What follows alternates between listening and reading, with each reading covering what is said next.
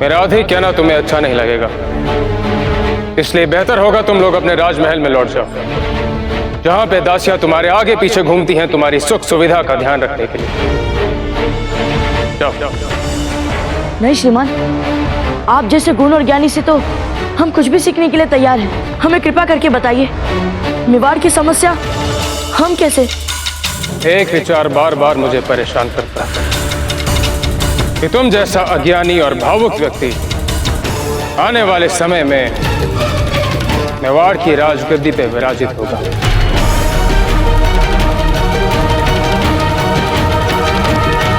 ये बच्चा जो गुफा में फंस गया था, यदि बालक शक्ति ने मुझे ना बुलाया होता और मैं समय रहता यहाँ ना पहुंचा होता तो संभव था तुम्हारे दल के इस सदस्य के प्राण निकल गए होते। किस प्रकार के लापरवाह नेता हो तुम। हम इन गुफाओं में पहली बार आए श्रीमान, हमें इतना कुछ नहीं पता था। राजा के बेटे हो, राजगद्दी पे हक है तुम्हारा, राजा भी बन जाओगे। अगर किस प्रकार के राजा, जिस प्रकार तुम गुफा के बारे में कुछ नहीं जानते, साथ ही मरते हैं तो मरे, उसी प्रकार प्रजा मरती है तो मरे। कैसा होगा वो राजपाट और कैसे होगे राजा तुम? हैं इन प्रश्नों के उत्तर तुम्हारे पास? नहीं, क्योंकि तुमने कभी इनके बारे में सोचा नहीं। मगर मैं जानता हूं, अज्ञानी, भावुक, ईर्ष्यालु, अहंकारी राजा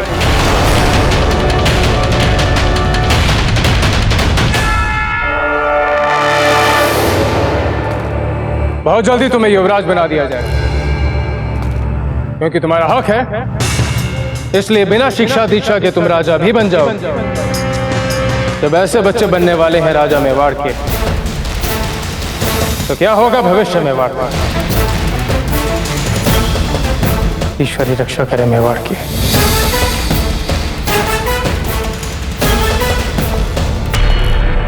तुम जैसे को तो कभी मैं अपना शिष्य ना बनाऊं।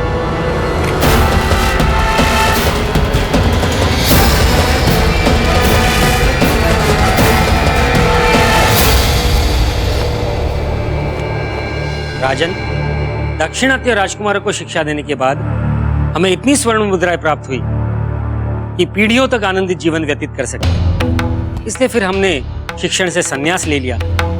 किंतु जब हमें इस बात का पता चला कि आप कुंवर प्रताप के लिए योग्य गुरु की खोज कर रहे हैं, इसलिए फिर हमने संन्यास त्याग कर फिर से शिक्षण के लिए मानस बना लिया।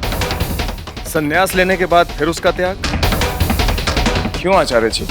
ऐसा इसलिए राजन कि जैसे आपको योग्य गुरु की खोज रहती है ना, उसी तरह से हमें योग्य शिष्य की खोज रहती है। ऐसा शिष्य जो हमसे ज्ञान प्राप्त करने के बाद जब इतिहास में गौरव और कीर्ति से अमर हो, तो उसके साथ साथ हम भी इतिहास में अपना छोटा सा स्थान प्राप्त कर लें। आचार्य जी, आपने हमारे पुत्र के बारे में इतनी अच्छी अच्छी बातें कही, हम आपके मन से आभारी।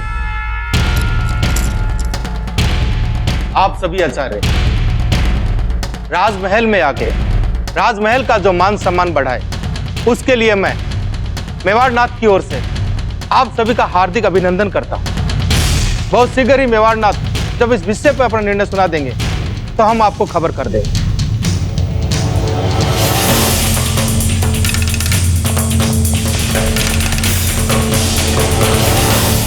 हुकुम, किन्हें चुना आपने कुंवर प्रताप और बाकी राजकुमारों के लिए? किसी को नहीं। परंतु हुकुम, ये राजपूताने के ही नहीं, सारे भारत के सर्वश्रेष्ठ आचार्य हैं। आप सच कह रहे हैं, पर इनकी ख्याति कुंवर प्रताप को बांध नहीं पाएगी।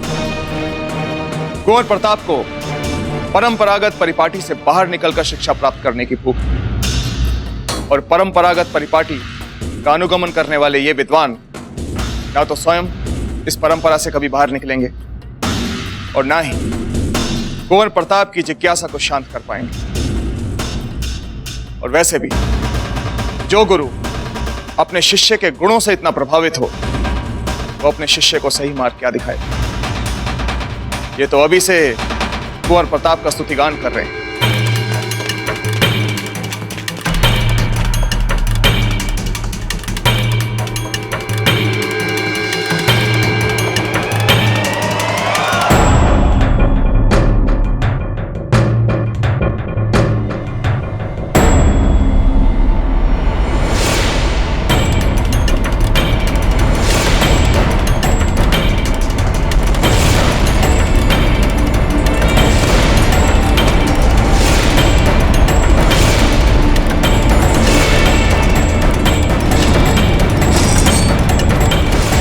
कि अतीत की ही भांति भविष्य में भी जब हमारी मातृभूमि के लिए कुछ करने का समय आएगा तो आप अपना सर्वस्व लुटाने वालों की पंक्ति में अग्रणी होंगे।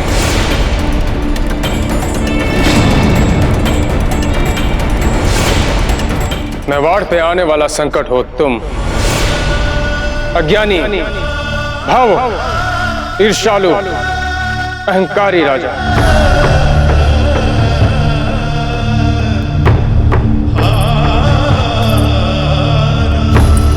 भावजीराज, लीजिए, आप यहाँ हैं और वहाँ रानी मासा पूरे महल में आपको ढूंढ रही है। गिरजा जी, आप रानी माँ से जाके कह दीजिए हम उनसे कुछ देर बाद मिलते हैं। और भावजीराज, खाने के समय पधार जाइएगा, क्योंकि छोटी मासा ने राज रसोइये से कहकर आपके मनपसंद पकवान बनवाए हैं और काफी देर से आपने कुछ खाया भी नहीं है। हमें भूख नहीं है अभी। ऐसा क्यों कुंवर प्रताप? आपको भूख नहीं है? आप कुछ खाना क्यों नहीं चाहते?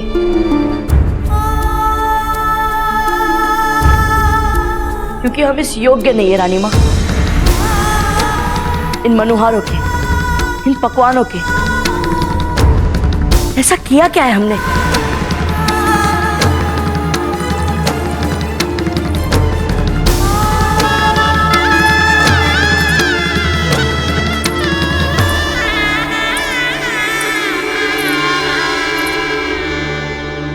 क्या हुआ? क्या बात है बेटा? हुआ ये है रानी माँ, सब लोग हमसे झूठ बोलते हैं। साजी राज, दरबारी, छोटी माँ, लोहार, हमारे मित्र, सब लोग कहते हैं कि प्रताप आप महान हैं, प्रताप आप सर्वश्रेष्ठ हैं, प्रताप आप ही हैं जो आने वाले कल में मेवाड़ के भविष्य। सब झूठ, सब झूठ।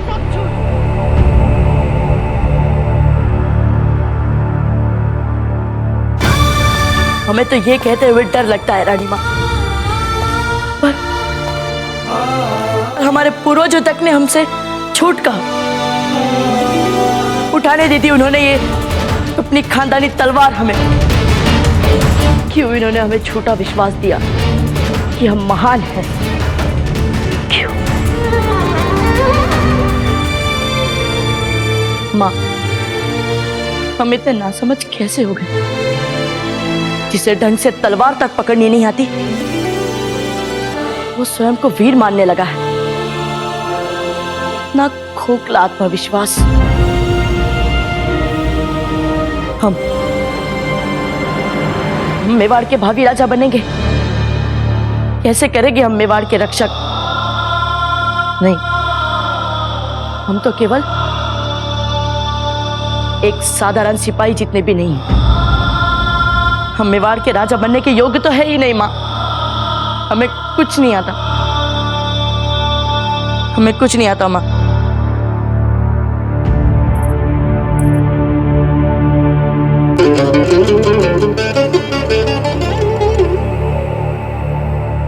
कोई भी सफलता अंतिम सफलता नहीं होती और ना ही कोई असफलता किसी यात्रा का अंत। आप बार बार वही भूल दोहरा रहे हैं। सफलता के मद में अभिमान करना भी भूल है और असफलता के दुख में एकदम से निराश होना भी भूल है। तो फिर हम क्या करें रानी माँ? जो सच है उससे आंख मिलाना सीखी। साहस से आगे बढ़ोगे तो जीत भी आपको कुछ सिखाएगी और हार भी आपको कुछ सिखाएगी।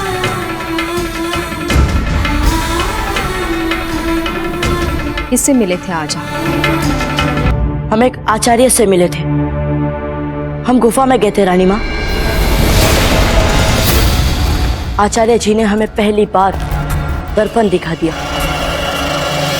उन्होंने हमें सिखा दिया रानी माँ कि जो अपनी प्रशंसा को सच मानकर उसमें डूब जाता है, उससे बड़ा मूर्ख कोई नहीं होगा। उनकी वजह से हमें समझ आ गया माँ कि किसी भी दायित्व को अपने कंधों पर उठाने से पहले हमें बहुत कुछ देखना है, बहुत कुछ सीखना है। यही नियति का सच्चा न्याय है कुंवर प्रताप। जिस समय आपके दाजीराज आपके लिए योग्य गुरु ढूंढ रहे हैं, उसी समय विधाता ने आपको ऐसे आचार्य से मिलवा दिया जो आपकी ज्ञान की भूख, विचारों की भूख और समझ की भूख को मिटाकर आपको सही मार्ग दिखाए। ऐसे ही होते हैं वे जिनको आदर्श गुरु कहा जाता है। क्या ऐसा सच में है रानी माँ? चलिए निकले इस निराशा से बाहर। देखिए सामने जीवन का नया अध्याय है, पढ़िए उसे।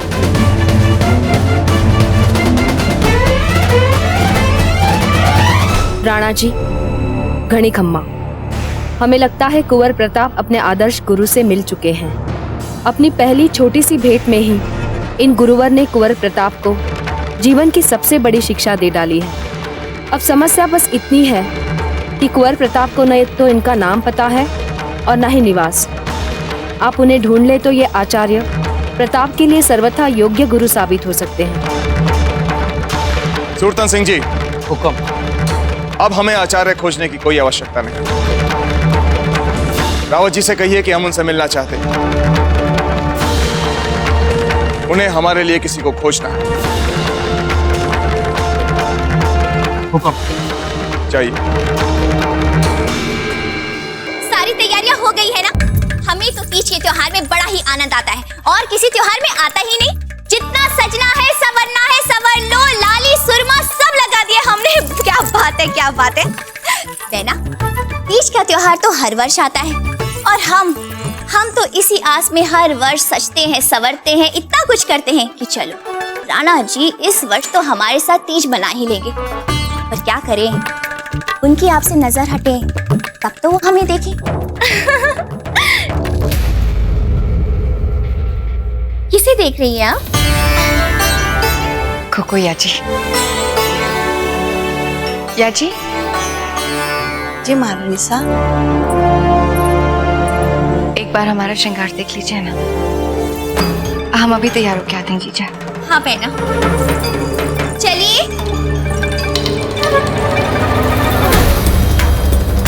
याची, आचार्य वाली बात आगे बढ़ी।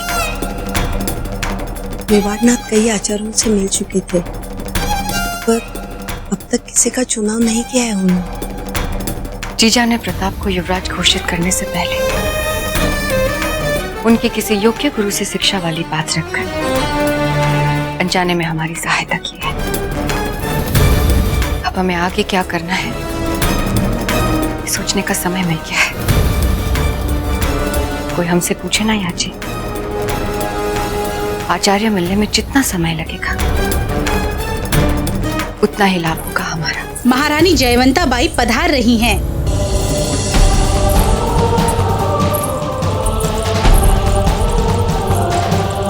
आपने क्यों कष्ट लिया जीजा? हमने कहा था ना कि तीज की सारी तैयारियां हम और सज्जा जीजा कर लेंगे।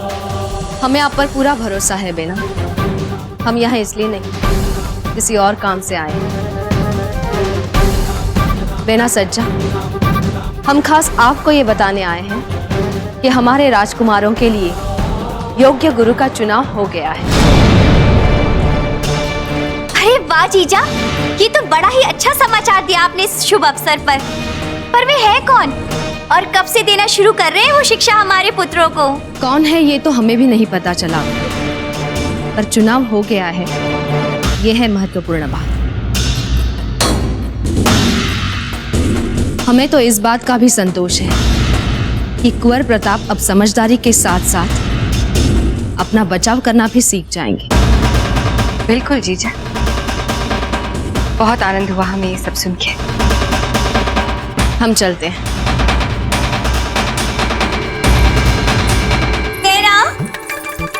अब कुंवर शक्ति भी प्रशिक्षित योद्धा बन जाएंगे। बेटा हम कितने खुश हैं कि बस खुशी के मारे हमारी तो सांस ही भूली जा रही है। सांस फूलने वाली खुशी तो तब होगी ना जीजा, जब प्रशिक्षण के बाद गुरुजी ये कह दे कि कुंवर शक्ति को ही भावी राजा घोषित कर दिया जाए।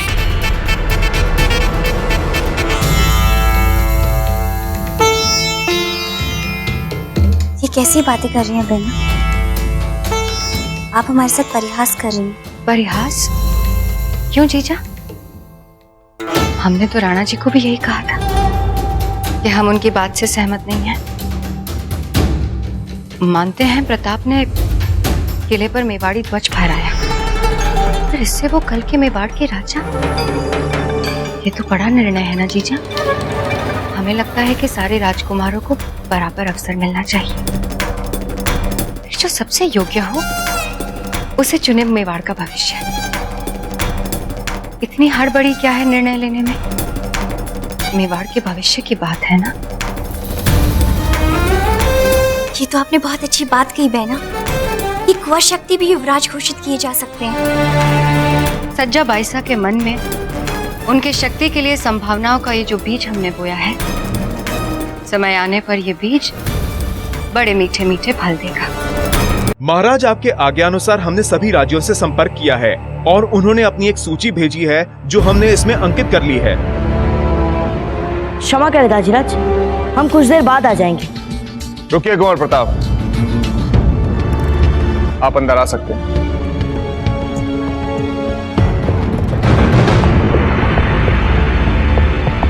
सुल्तान सिंह जी,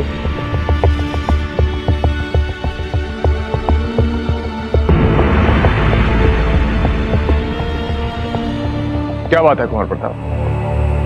कुछ नहीं दाजीराज, हम कुछ देर बाद आते हैं।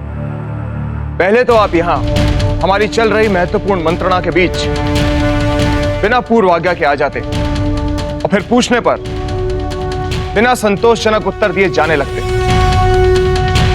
आखिर बात क्या है? कुंवर प्रताप, अवश्य कोई महत्वपूर्ण बात है, बताइए, हम सुनने के लिए तैयार हैं। दाजीराज, हम वो सब सीखना चाहते हैं जो हम नहीं जानते। हथियारों की बातें, वेद पुराण की बातें, जिनको आज हम किसी भी योग्य नहीं लगते। कठिन परिश्रम से हम उनके मन में भी अपने लिए स्थान बना लेंगे दाजीराज। इसीलिए नहीं क्योंकि हम आपके पुत्र हैं, हम अपनी क्षमताओं से देश की सेवा करना चाहते हैं दाजीराज। कुंवर प्रताप, शीघ्र ही आपको ये सब जो आप जानना चाहते हैं, जो आप सीखना चाहते हैं, सीखने का अवसर मिलेगा। हरी खम्मा राणा जी। आइए रावत जी।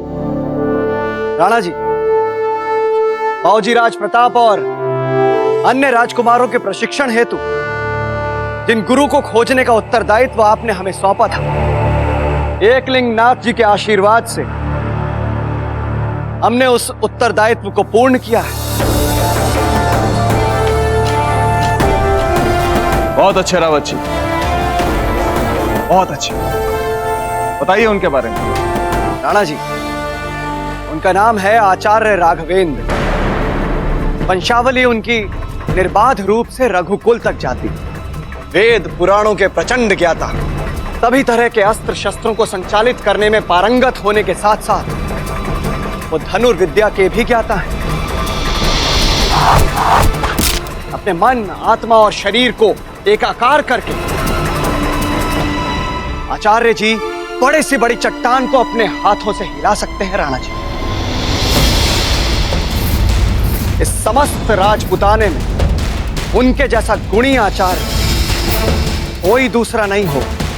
रावत जी, राजपुताने के इतने गुणी आचार्य के बारे में आज तक हमने सुना क्यों नहीं? वो इसलिए राणा जी क्योंकि आचार्य राघवेंद्र सदैव जंगलों और गुफाओं में ही रहते हैं। और हाँ, अपने शिष्य का चयन वो स्वयं करते हैं। जब ऐसे बच्चे बनने वाले हैं राजा मेवाड़ के, तो क्या होगा भविष्य मेवाड़ का? तुम जैसे को तो कभी मैं अपना शिष्य न बनाऊं। बस रावत जी, तो फिर यह तय रहा, कुंवर प्रताप और दूसरे राजकुमारों को आचार्य राघवेंद्र ही शिक्षा देंगे। कुंवर प्रताप आपके गुरु होंगे आचार्य राघवेंद्र। तुम जैसे को तो कभी मैं अपना शिष्य न बनाऊं। क्या बात है, लगता है हमारे इस निर्णय से आपको प्रसन्नता नहीं हो। नहीं नहीं दाजीराज, हमें तो बहुत अच्छा लग रहा है। बस वो थोड़ा सा समय मिल जाता तो हम प्रशिक्षण लेकर उनके लिए स्वयं को तैयार कर लेते। कुंवर प्रताप, स्वयं ही अपना प्रशिक्षण करने में क्या लाभ जब आचार्य राघवेंद्र ही आपको प्रशिक्षण देंगे। नहीं, वे कहीं हमें। जाइए कुंवर प्रताप, जाकर तैयार हो जाइए। हम अभी आचार्य राघवेंद्र के आश्रम के लिए निकल रहे हैं और फिर तीज के उत्सव के लिए हमें समय पर वापस भी लौटना। जाइए। हुकुम।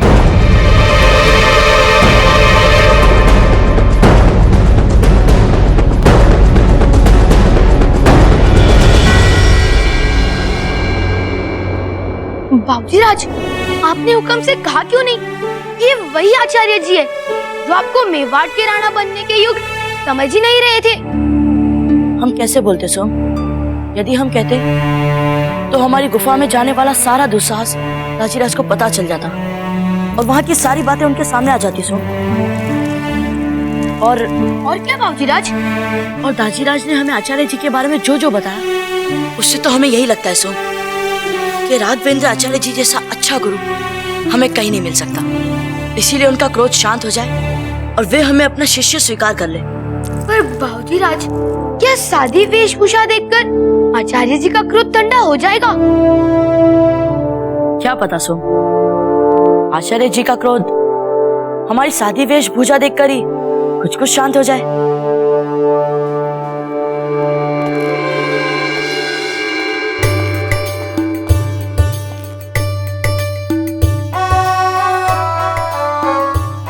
हम तो सारे प्रयत्न कर रहे हैं सोम। अब आगे एकलिंग जी की इच्छा।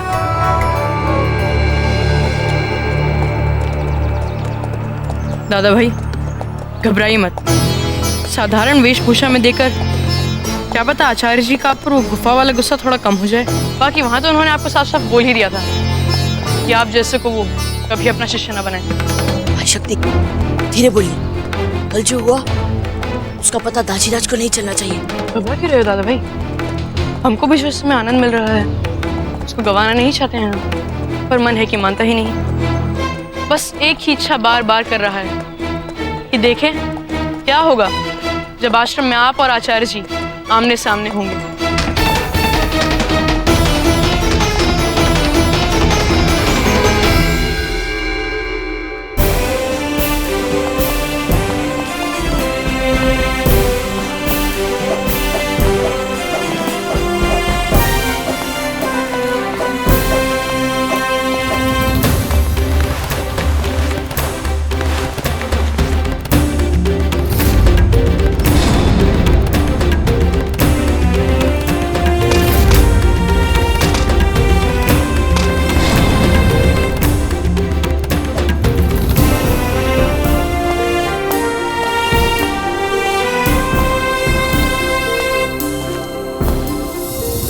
दाजीराज, ये सब? कुंवर शक्ति, गुरु के आश्रम का वातावरण ऐसा ही होता है।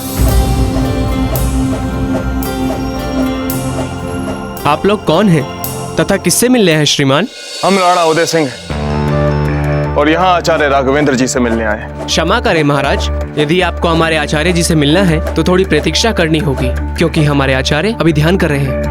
उनका ध्यान पूर्ण हो तब तक यदि आप चाहें तो हमारा आश्रम देख सकते हैं महाराज। बालक, आप मेवाड़ के राणा को प्रतीक्षा करने के लिए कह रहे हैं? कृपया धीरे सुर में बोलिए श्रीमान। शोर से हमारे गुरुजी का ध्यान भंग हो सकता है। सुरतन सिंह जी, ये बिल्कुल ठीक कह रहे हैं। वैसे भी आज हम यहाँ मेवाड़ के राणा की हैसियत से नहीं, एक पिता की हैसियत से आए हैं, अपने बच्चों को इस आश्रम में प्रवेश करवाने के लिए।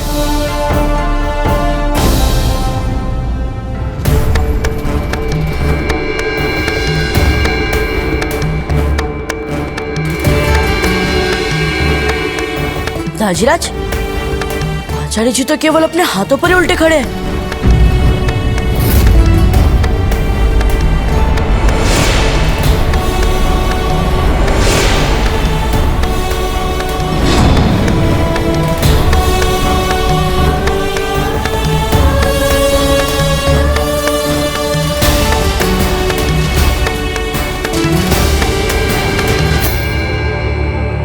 वाह,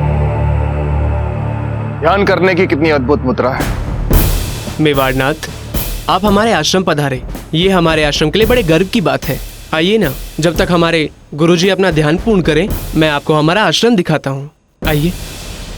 सुनिए, हम आचार्य जी की ध्यान मुद्रा पास जाकर देख सकते हैं? हम उनके ध्यान में बिल्कुल भी विघ्न नहीं डालेंगे और उनसे थोड़ा दूर ही रुक जाएंगे। ठीक है, परंतु आपको अपनी मुजरियां यहीं उतारनी पड़ेंगी और वहां जाकर एकदम शांत रहिएगा। गुरुजी के ध्यान में किसी भी प्रकार की बाधा नहीं आनी चाहिए, बस। ठीक है। क्या मुजरियां उतारनी पड़ेंगी?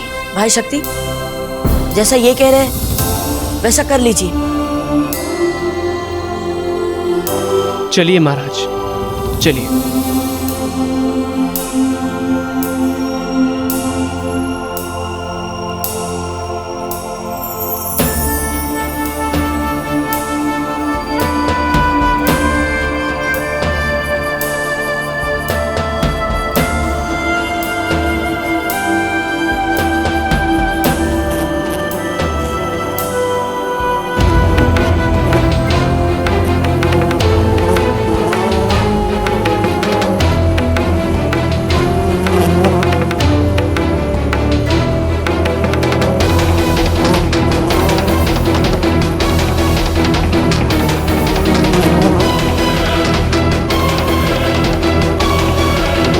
आप यहाँ शांति से खड़े रहिए, आचार्य जी के ध्यान में विघ्न पड़ सकता है। पर वो ततैया। हम निवेदन करते हैं आपसे, शांत शांत। ठीक है, शांत।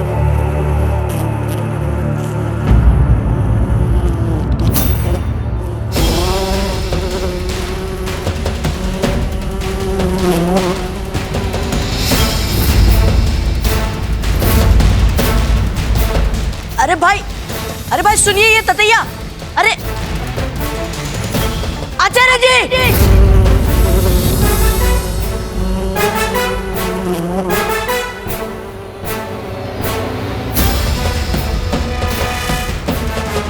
अज्ञानी बालक, तुमने हमारा ध्यान तोड़ने का दुस्साहस किया है। आचार्य जी,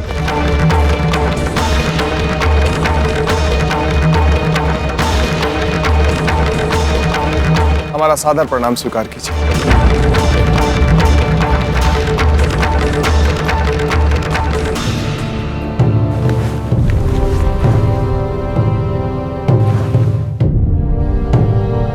प्रणाम राजन।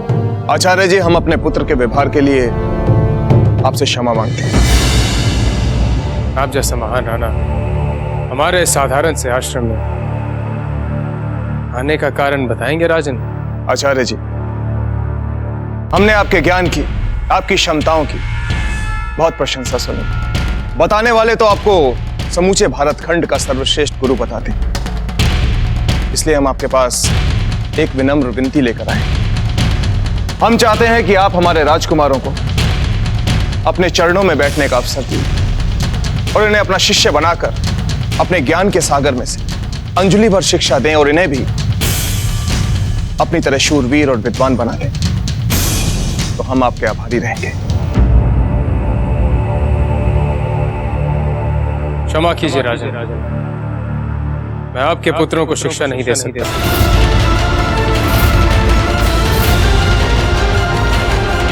मेवाड़ के राणा को आज तक किसी ने ना नहीं कहा। सूरतन सिंह जी, हम यहां मेवाड़ के राजा की हैसियत से नहीं आए। अगर आचार्य राघवेंद्र जैसा गुणी गुरु हमारे पुत्रों को शिक्षा नहीं देना चाहते तो अवश्य इनके पास कोई उपयुक्त कारण होगा।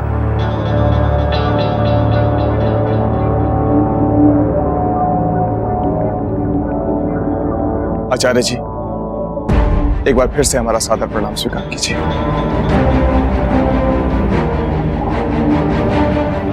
चलिए, कुंवर प्रताप, आपने सुना नहीं हमने क्या कहा। चलिए यहां से।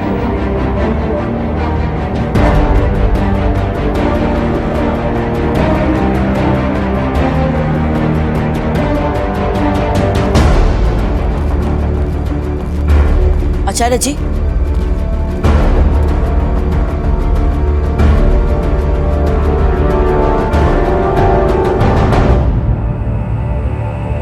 आप ध्यान में थे और ऐसे में कहीं वो ततैया आपको काट लेता तो हमें आपसे शिक्षा कहां से मिलती आचार्य जी। इसीलिए हमें चिल्लाकर आपको सचेत करना पड़ा। हमें क्षमा कर दीजिए। वो ततैया विशाला था या नहीं, क्या इस बात का बोध था तुम्हें? उसी प्रकार तुम्हें उस गुफा का ज्ञान भी नहीं था कि क्या वो गुफा सुरक्षित थी भी या नहीं।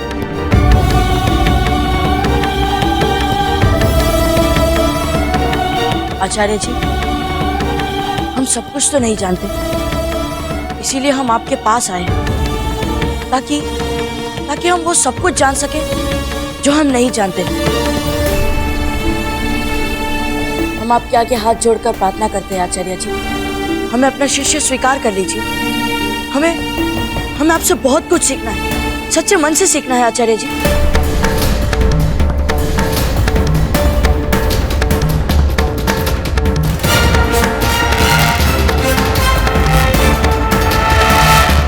राजन, हमारे हृदय में आपके लिए अपार सम्मान है। आप जैसे राणा बहुत कम होते हैं जो वीर, पराक्रमी, साहसी, विद्वान होने के साथ साथ विनम्र भी हो, और इसी कारणवश हमें आपका आग्रह स्वीकार है।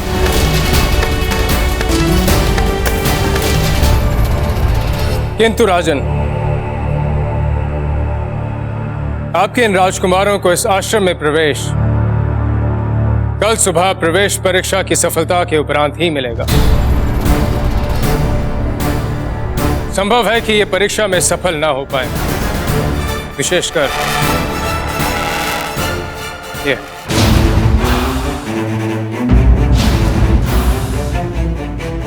यदि ऐसा हुआ तो किसी भी प्रकार की राजकीय मुद्राएं या किसी भी प्रकार का राजकीय आतंक हमारे निर्णय में बदलाव नहीं ला सकता, चाहे हमें अपना आश्रम किसी और राज्य में क्यों ना ले जाना पड़े। आचार्य जी, मेवाड़ अपने गुरुओं का आदर करना अच्छी तरह से जानता है। कल हमारे राजकुमार आपकी प्रवेश परीक्षा के लिए अवश्य आएंगे। धन्यवाद। चलिए।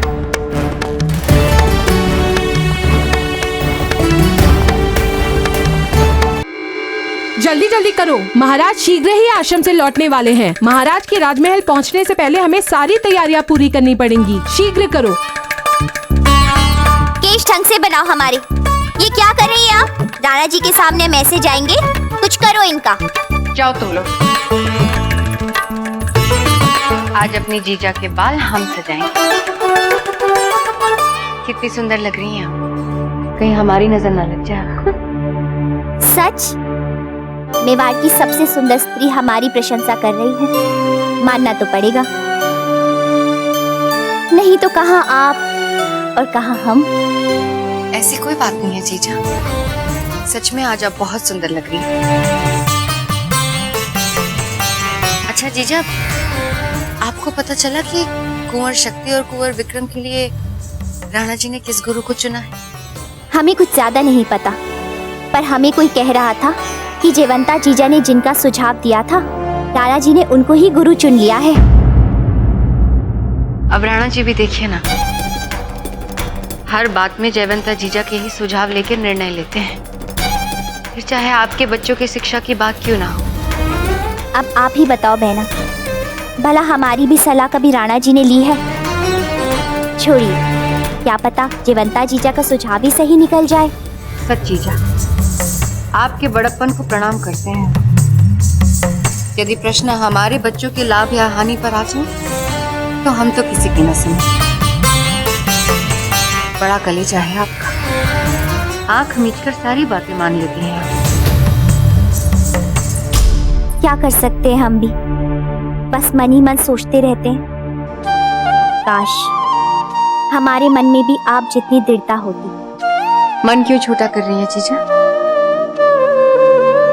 आप 2 योग्य राजकुमारों की माँ हैं। समय आने दीजिए, फिर देखिए आपके लिए कुंवर शक्ति स्वयं राणा जी से बात करें। प्रणाम महारानी सा, तीज का झूला सज चुका है, किनके कक्ष में रखवाना है इसे? यशवी, आप बार बार एक ही प्रश्न पूछ रही हैं। हर वर्ष तीज का झूला बेना धीरबाई के कक्ष में ही रखा जाता है ना? अच्छा हुआ जो समय रहते ही ये प्रश्न पूछ लिया। इस वर्ष झूला हमारे कक्ष में नहीं, जयवंता जीजा के कक्ष में लगेगा। समझ गई ना? जी रानी सा। बेना, इस गौरव की असली अधिकारी तो जयवंता बाई सा ही है, फिर राणा जी को वहीं लौटना चाहिए। अब चलिए, शिव पार्वती की पूजा करने का समय हो गया है। आइए।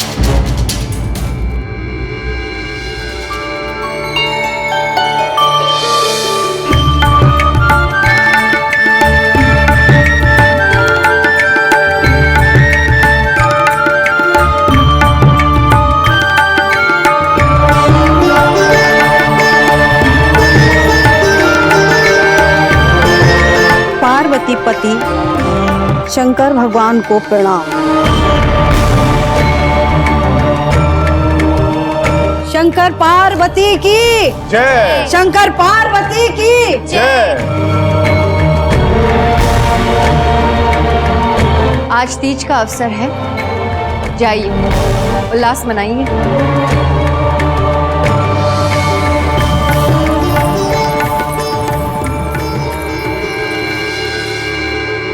बेना, आपने तीज का झूला हमारे कक्ष में रखवाया है?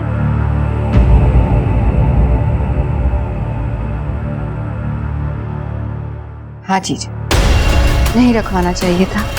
नहीं, वो हर वर्ष तो आपके कक्ष में रहता है ना।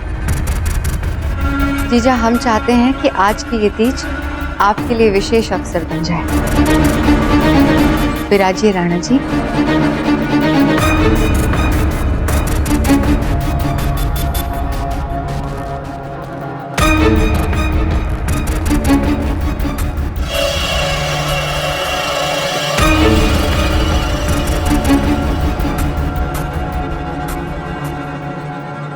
आइए बेना। नहीं जीजा, हम चाहते हैं कि इस वर्ष आप इस झूले पर बैठें।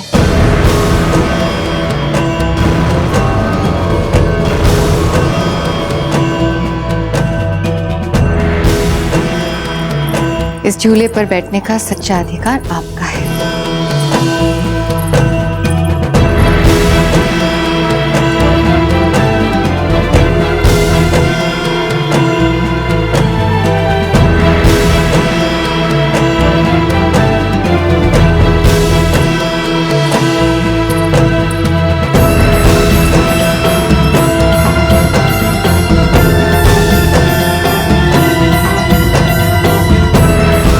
कहाँ जा रही हैं आप जीजा? बेना, आपने ही तो कहा था ना। रुकिए, हम बात करेंगे आपसे। बेना सज्जा, यहाँ आए ना हमारे पास। नहीं जीजा, हम जहाँ हैं वहीं संतुष्ट हैं।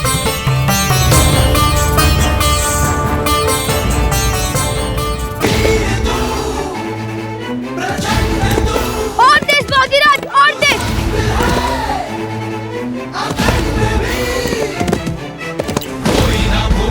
अब कर सकते हैं भागीरथ, और तेज।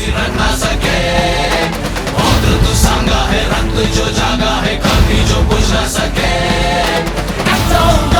मिट जाऊंगा भूमि मुक्ति करवाऊंगा, देश भक्ति दिखलाऊंगा, महाराणा कहलाऊंगा।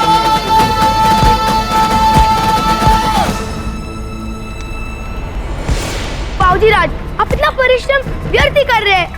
अगर आचार्य जी ने कोई दूसरी नई चुनौती रख दी तो आपकी सारी मेहनत बेकार चली जाएगी।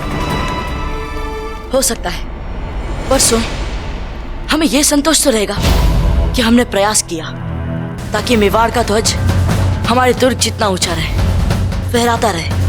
हमें आचार्य राघवेंद्र जी से उनका मन, उनका विश्वास जीतना है सोम। हम चाहते कि वो हमें अपना शिष्य बनाकर अपना ज्ञान और प्रशिक्षण दे, तभी तो हम हमारी मातृभूमि की अफगान और मुगलों से भली प्रकार से रक्षा कर पाएंगे। धीर भाई जी, आज आपने जो भी किया, हम आपका ये आभार कभी नहीं भूलेंगे। राणा जी, आप हमें शर्मसार कर रहे हैं। चलिए। नहीं,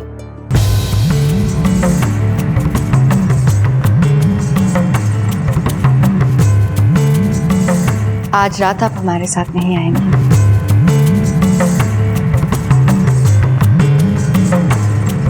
ये आप क्या कह रहे हैं बेना? सही तो कह रहे हैं जीजा। इतने वर्षों हमने मेवाड़ की महारानी से तीज की रात तक में भी राणा जी को अपने पास रखा, आपसे आपका अधिकार छीना। अब हम अपनी भूल स्वीकार करके मेवाड़ की महारानी को अपना अधिकार लौटाना चाहते हैं। तभी तो मेवाड़ के राजमहलों में तीज का गौरव मना रहेगा। आइए सज्जा जीजा, हमें मेवाड़ के महाराणा और महारानी साथ के एकांत में बाधा नहीं डालनी चाहिए।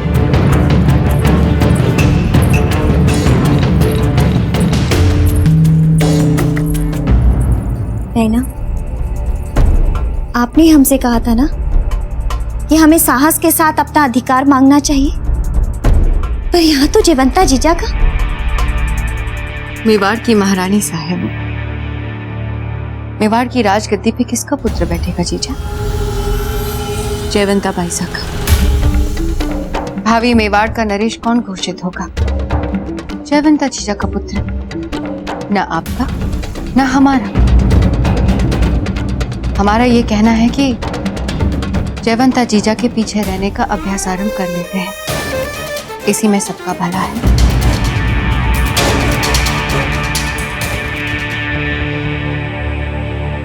धीर भाई जी को ये सब करने की आवश्यकता नहीं थी राणा जी। धीर भाई जी ऐसी ही, वो स्वयं से पहले दूसरों के बारे में सोचती।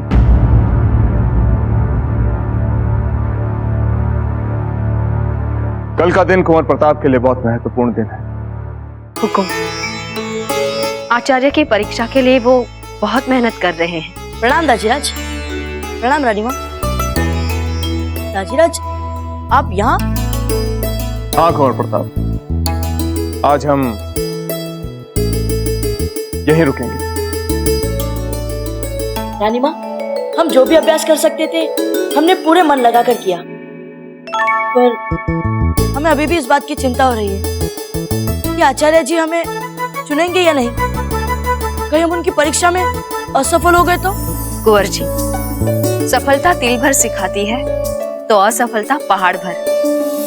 असल नुकसान तो असफलता का भय करता है, इसलिए असफलता के भय को सदा सदा के लिए अपने मन से निकाल दीजिए, ठीक है? जी रानीमा, हम प्रयास करेंगे। दाजीराज, हमें तलवार के आरंभिक चरण करके दिखाइए ना। वैसे कुंवर प्रताप, हमें नहीं लगता कि आचार्य जी परीक्षा में आपसे तलवारबाजी करवाएंगे। या फिर करके दिखाने के लिए बोल दिया तो? बताइए ना दाजीराज।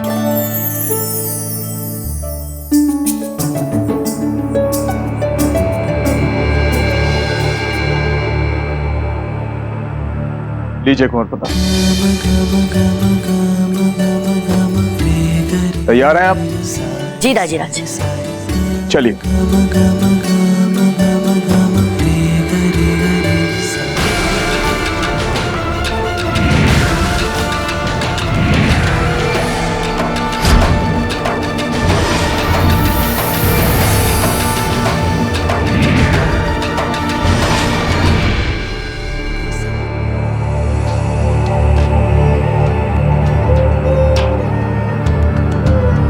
यदि हुकुम को बड़ी महारानी साहब के पास भेजने से आपको इतना दुख हो रहा है, तो आपने हुकुम को वहां भेजा ही क्यों रानी साहब?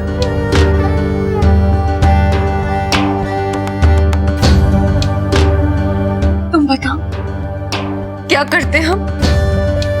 उस जयवंता को हमारी इच्छाओं के बारे में, हमारी योजनाओं के बारे में, हमारे षड्यंत्रों के बारे में संदेह करने देते? उसके मन में जो संदेह का अंकुर फूट रहा था, उसे तो कुचलना था ना जी।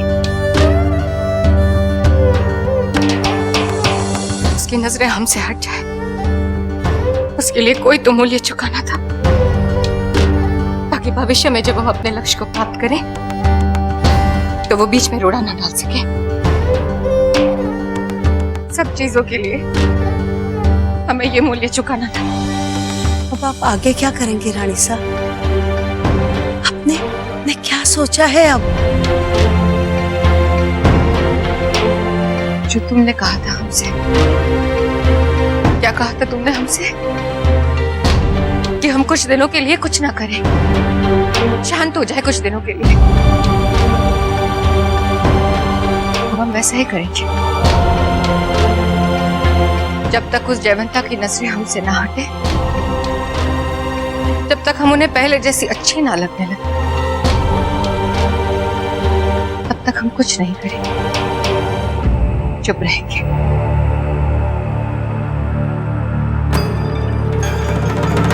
हमने निर्णय ले लिया है जी।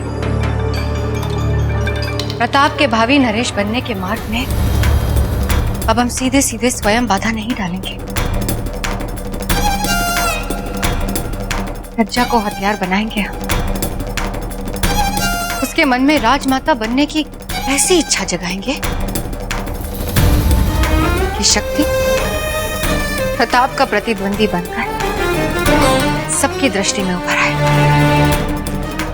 और प्रताप को चुनौती देने के लिए शक्ति का प्रताप की तरह महान होना आवश्यक नहीं है। हमें कब कब क्या करना है अब हमें पता है। सज्जा आएगी हमारे काम, शक्ति आएगा हमारे काम। से एक बार उस जयवंता का संदेह हमसे हट जाए तो खत्म कर देंगे हम प्रताप को सदा सदा के लिए। ऐसे कि किसी को भी हम पर तनिक संदेह ना हो।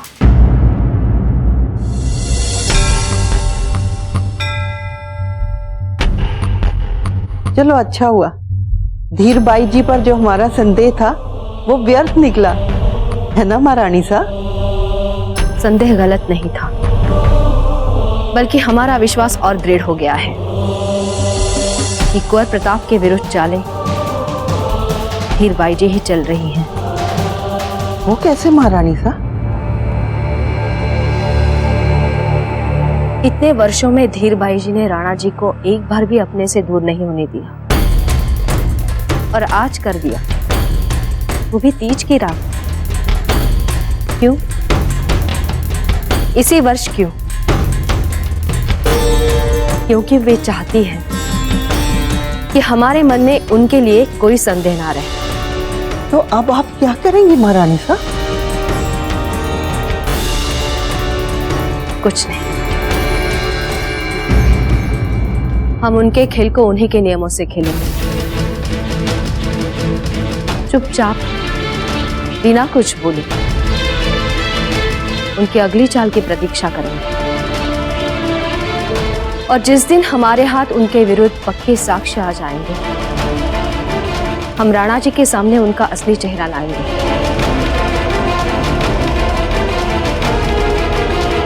और देख लीजिएगा गिरजाधन,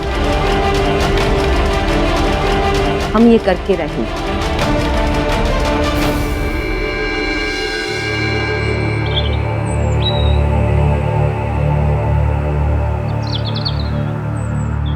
प्रणाम आचार्य जी।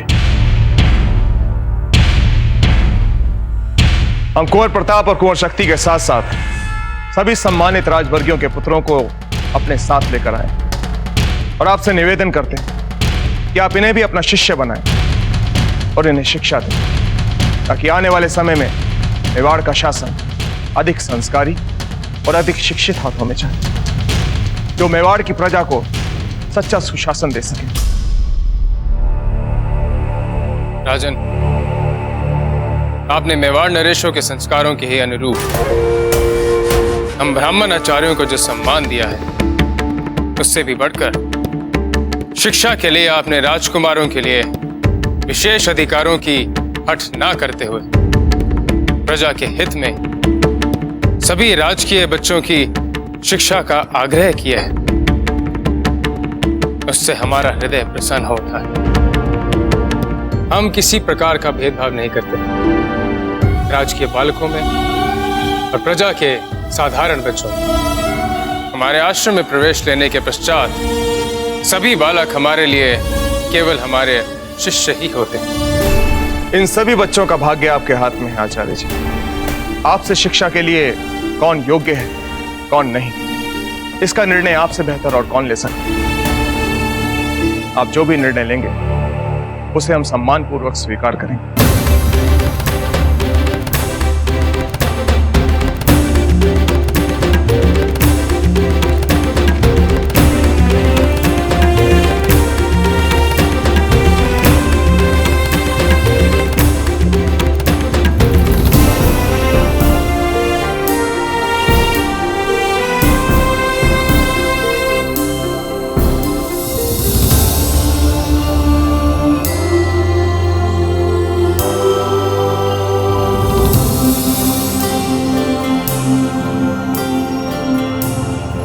यदि आप इस आश्रम में हमसे परीक्षा लेना चाहते हैं तो हमें प्रभावित करने का आपके पास एकमात्र यही अवसर है। आपके पिताओं को इसलिए आमंत्रित किया गया है ताकि यदि उन्होंने आपको लेकर मिथ्या धारणा बना रखी तो उन्हें सत्य का बोध होना चाहिए। उन्हें अपनी संतान का स्तर पता होना चाहिए। इस परीक्षा को सरल बनाकर ना ही हम आपका और ना ही आपसे बड़ी बड़ी अपेक्षाएं रखने वाले आपके पिताओं का अहित चाहते हैं। ध्यान रहे,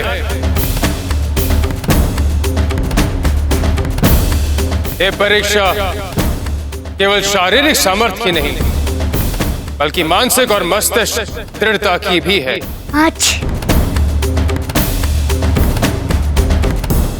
आप इस पंक्ति से परे हट जाइए।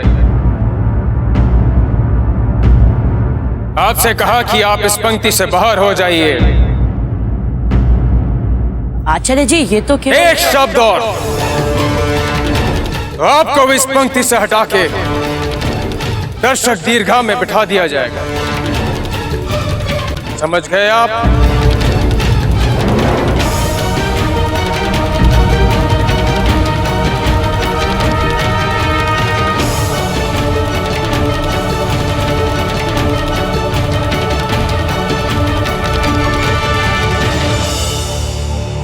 यदि आपका मस्तिष्क एक छींक को आपके शरीर के नियंत्रण में नहीं रख सकता तो युद्ध भूमि में आपके लिए विजयश्री नहीं, मृत्यु ही तय है।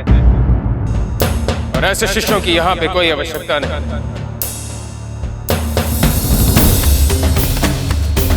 परीक्षा देने वाले सारे परीक्षार्थी अपना अपना स्थान ग्रहण करें।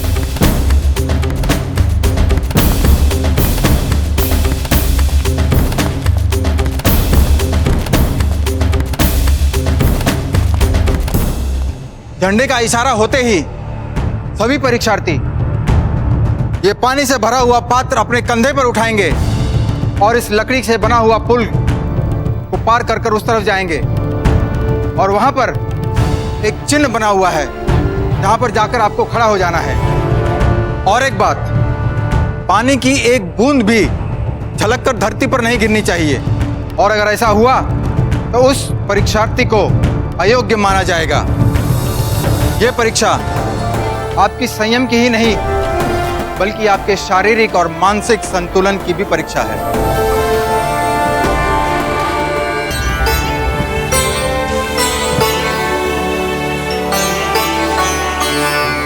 क्या बात है सज्जा जी?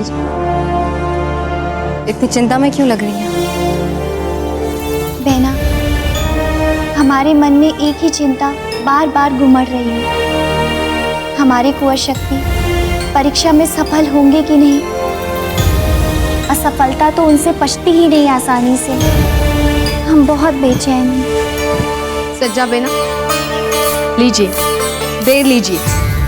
दासी बता रही थी ये सबसे मीठे बेर हैं, लीजिए। जीजा, हम आपसे एक प्रश्न पूछें?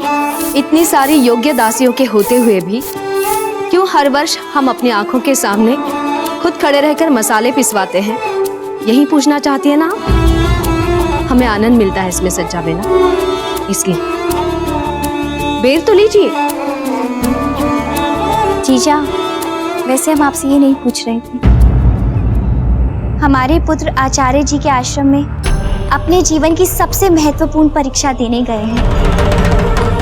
आप कैसे बिना किसी चिंता के आराम से हंसते हंसते यहाँ मसाले पिसवा रही हैं? कैसे जीजा? क्योंकि जीजा जानती है कि कुंवर प्रताप ही सफल होंगे। अब इतनी उपलब्धि और ख्याति को लेने के बाद इस परीक्षा में क्या रखा है ना जीजा? भले ही आपने कितनी ही सफलता है क्यों ना पाली हो, हर परीक्षा एक चुनौती होती है। पर बेना, यदि माता पिता ही अपने बच्चों की क्षमताओं पर विश्वास ना करें, तो फिर कौन करेगा उन पर विश्वास? हम तो सदा ही अपने बाल गोपाल से यही प्रार्थना करते रहते हैं कि हमारे प्रताप और शक्ति को किसी की नजर ना लग जाए। चिंता मत कीजिए बेना सज्जा, कुंवर शक्ति भी इस परीक्षा में अवश्य सफल होंगे।